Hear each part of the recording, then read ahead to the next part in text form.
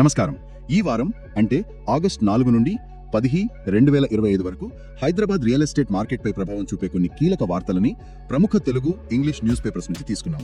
మరి ఈ వార్తల్లో ఉన్న ముఖ్య విషయాలేంటి, వాటి ప్రభావం ఎలా ఉండబోతుందో ఇప్పుడు కాస్త లోతుగా చూద్దాం. ఈ విశ్లేషణ మీకు అందిస్తున్నది కోల్డ్వెల్ బ్యాంకర్ సూత్ర ప్రాపర్టీ, హైదరాబాద్. మా లక్ష్యం ఏంటంటే ఏజెంట్లు, కొనుగోలుదారులు, ఇన్వెస్టర్లు ఇంకా రియల్టర్లు సరైన నిర్ణయాలు తీసుకోవడానికి టైమ్లీ ఇన్ఫర్మేషన్ ఇవ్వడం. మీకు మరిన్ని వివరాలు కావాలంటే మా డైలీ అనాలిసిస్ వినొచ్చు, లేదా మీ లోకల్ న్యూస్ పేపర్స్ చూడొచ్చు. ఈ వారం హైదరాబాద్ రియల్ ఎస్టేట్ లో నిజంగా చాలా విషయాలు జరిగాయి. అంటే కొన్ని పెద్ద ప్రాజెక్టుల అనౌన్స్మెంట్స్ వచ్చాయి. అలాగే ధరల పెరుగుదల గురించి కూడా వార్తలున్నాయి. ఇవన్నీ సిటిజన్స్ పైన ఇంకా మార్కెట్ పైన ఎలాంటి ఎఫెక్ట్ చూపిస్తాయో చూద్దాం. సరే, మొదటగా ఈ రోజు వచ్చిన ఒక ముఖ్యమైన వార్తతో స్టార్ట్ చేద్దాం. ముఖ్యమంత్రి గారు ఒక ప్రకటన చేశారు కదా, గాంధీ సరోవర్ దగ్గర ప్రపంచంలోనే అత్యంత ఎత్తైన టవర్, అలాగే ORR పై గేట్వే ఆఫ్ హైదరాబాద్ అని. ఇవన్నీ మూసీ రివర్ ఫ్రంట్ డెవలప్మెంట్ లో భాగం అంటున్నారు. ఇది వినడానికి చాలా గ్రాండ్ గా ఉంది. అవును, నిజంగా ఇది చాలా అంబిషియస్ ప్లాన్. ప్రపంచంలోనే highest tower. Of course feasibility చూడాలి.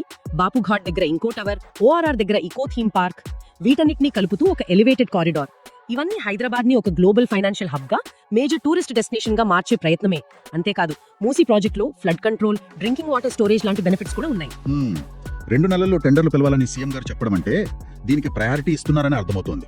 ఒకవైపు ఇంత పెద్ద డెవలప్మెంట్ ప్లాన్స్, మరోవైపు ఇళ్ల ధరల విషయం చూస్తే అమ్మో, హైదరాబాద్ ఇప్పుడు దేశంలో NCR తర్వాత second most costly market అయిపోయిందట.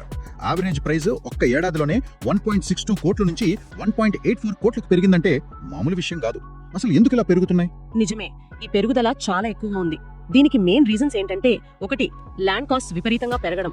Bahadurpally లాంటి శివారు ప్రాంతాల్లో కూడా గజం ₹1,00,000 దాటుతోంది. రెండోది, కన్స్ట్రక్షన్ కాస్ట్స్. గత కొన్నేళ్లలో ఇవి ఆల్మోస్ట్ 60% పెరిగాయి. గవర్నమెంట్ ల్యాండ్ ఆక్షన్స్ కూడా ధరల్ని పెంచాయి. ఇంకో ఇంట్రెస్టింగ్ పాయింట్ ఏంటంటే, సేల్స్ లో 3 కోట్లకు పైబడిన లగ్జరీ ఇళ్ల వాటా 35% ఉందట. కానీ 70 లక్షల లోపు అంటే అఫోర్డబుల్ హౌసింగ్ కేవలం 3% మాత్రమే అమ్ముడవుతున్నాయి. అది సిటీ బయటే ఎక్కువగా. ఇది మిడిల్ క్లాస్ వాళ్ళ సొంతింటి కలను చాలా దూరం చేస్తోంది. అంటే డెవలపర్లు కూడా ఎక్కువ ప్రాఫిట్స్ కోసం లగ్జరీ మీద ఫోకస్ చేస్తున్నట్టు కనిపిస్తోంది. మరి ఈ ధరల ఒత్తిడి మధ్యలో ఇందిరమ్మ ఇళ్ల లబ్ధిదారులకు ప్రభుత్వం కొంచెం రిలీఫ్ ఇచ్చింది కదా. వాళ్ళ application status, bills details online లో చెక్ చేసుకునేలా వెబ్సైట్ అప్డేట్ చేశారట. అవును, ఇది ట్రాన్స్పరెన్సీ పెంచడానికి మంచి స్టెప్. బెనిఫిషియరీస్ కి వాళ్ళ స్టేటస్ ఏంటో తెలుస్తుంది. అయితే ఇదే వారంలో వచ్చిన ఇంకో న్యూస్ ఏంటంటే, అర్బన్ ఏరియాల్లో G+3 ఇళ్ల నిర్మాణం, ల్యాండ్ ఎక్విజిషన్, ఫండ్స్ ప్రాబ్లమ్స్ వల్ల లేట్ అవుతోందని. సో ఆన్లైన్ ట్రాకింగ్ ఉన్న గ్రౌండ్ లెవెల్ ఛాలెంజెస్ ఇంకా ఉన్నాయన్నమాట. ఇన్ఫ్రాస్ట్రక్చర్ వైపు వస్తే నేషనల్ హైవేస్ పనులకు ఫారెస్ట్ క్లియరెన్స్ లో ప్రాబ్లం వచ్చిందంటున్నారు. 12 చోట్ల పనులు ఆగిపోయాయని కూడా వార్తలున్నాయి. నిజమే, ఈ ఫారెస్ట్ క్లియరెన్స్ ప్రాసెస్ కొంచెం కాంప్లెక్స్ గా ఉంటుంది. దానికి ఆల్టర్నేట్ ల్యాండ్ చూపించాలి, wild life protection plan submit చేయాలి, ఇలాంటివి ఉంటాయి. ఈ డిలేస్ తగ్గించడానికి గవర్నమెంట్ ఒక టాస్క్ ఫోర్స్ కమిటీ వేసింది. ఇది NH63, NH765D, NH163 లాంటి ఇంపార్టెంట్ ప్రాజెక్ట్స్ కి చాలా కీలకం. ఇక ఈ రోజు వార్తల్లో చివరిగా Gopanpally land issue. Survey number 36 lands ని ప్రొహిబిటెడ్ లిస్ట్ నుంచి తీసేస్తూ రెవెన్యూ డిపార్ట్మెంట్ ఇచ్చిన ప్రొసీడింగ్స్ పై హైకోర్టు స్టే ఇచ్చింది. అవును, ఇది ల్యాండ్ టైటిల్స్ విషయంలో రెవెన్యూ రికార్డ్స్ ఎంత ఇంపార్టెంటో, లీగల్ కాంప్లికేషన్స్ ఎలా ఉంటాయో చూపిస్తుంది. ఇలాంటి కేసులు ల్యాండ్ ట్రాన్సాక్షన్స్ పై ఎఫెక్ట్ చూపిస్తాయి. ఇవి ఈ రోజు మెయిన్ పాయింట్స్. సరే, మరి ఈ వారం మొత్తంలో వచ్చిన కొన్ని ఇతర ముఖ్యమైన వార్తల్ని క్లుప్తంగా చూద్దామా. ఇన్ఫ్రాస్ట్రక్చర్ సైడ్ చాలా యాక్టివిటీ కనిపించింది కదా. అవును, చాలానే ఉన్నాయి. పాత బస్తీ మెట్రో పనులు ఫండ్స్ ప్రాబ్లం ఉన్నా కొంచెం స్పీడ్ అందుకున్నాయి. పిల్లర్స్ ఎక్కడ పెట్టాలో లొకేషన్స్ ఐడెంటిఫై చేశారు. సుమారు 900 ప్రాపర్టీస్ ఎక్విజిషన్ ప్రాసెస్ లో ఉంది.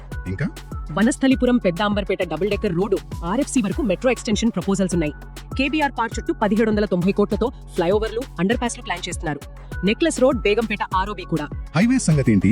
Hyderabad Amaravati greenfield highway DPR కి టెండర్లు పిలవబోతున్నారు. హైదరాబాద్ విజయవాడ హైవే ఎక్స్పాన్షన్ త్వరగా చేయమని మినిస్టర్ గారు కేంద్రాన్ని కోరారు. అయితే స్టేట్ హైవేస్ ని నేషనల్ హైవేస్ గా అప్గ్రేడ్ చేయడానికి సెంటర్ ఒప్పుకోలేదట కదా. ప్రస్తుతానికి వీలు పడదన్నారు. కానీ MORTH 15 కొత్త NH ప్రాజెక్టులు ప్లాన్ చేస్తోంది. సరే, మరి ఎన్విరాన్మెంట్, సివిక్ ఇష్యూస్ గురించి ఏమున్నాయి? అంబర్ చెరువు ఎంక్రోచ్మెంట్స్, గురుంగూడ ఫారెస్ట్ పొల్యూషన్, ఇవి కొంచెం కన్సర్నింగ్ ఇష్యూస్. మరోవైపు మూసీ రివర్ డెవలప్మెంట్ తో ఫ్లడ్ ప్రాబ్లం తగ్గుతుందని సీఎం గారు ఆశిస్తున్నారు. GHMC సివిక్ ఇష్యూస్ కి ఆర్టిఫిషియల్ ఇంటెలిజెన్స్ వాడుతోంది. ఇంకా సిటీకి కొత్త బిల్డింగ్ రూల్స్ తేవడానికి ఒక కన్సల్టెన్సీని అపాయింట్ చేశారు. ల్యాండ్ డిస్ప్యూట్స్, రెగ్యులేటరీ అప్డేట్స్ కూడా ఉన్నాయి కదా ఈ వారం. ఉన్నాయి. భూదాన్ ల్యాండ్స్ కేసులో ఒక కానిస్టేబుల్ కి హైకోర్టు సమన్లు ఇచ్చింది. రెవెన్యూ సదస్సు అప్లికేషన్స్ కి ఆగస్టు 15 డెడ్ లైన్ పెట్టారు. గవర్నమెంట్ ల్యాండ్స్ ఎన్ని ఉన్నాయో లెక్కిస్తున్నారు. TGRER రూల్స్ పాటించని డెవలపర్లకు పెనాల్టీలు వేసింది. ఇది బయర్స్ కి మంచి విషయం. క్రిడాయ్ రిపోర్ట్ ప్రకారం తెలంగాణలో రియల్టీ రికవరీ అవుతోందట. ఆఫీస్ స్పేస్ గురించి కూడా ఏదో ఉంది కదా.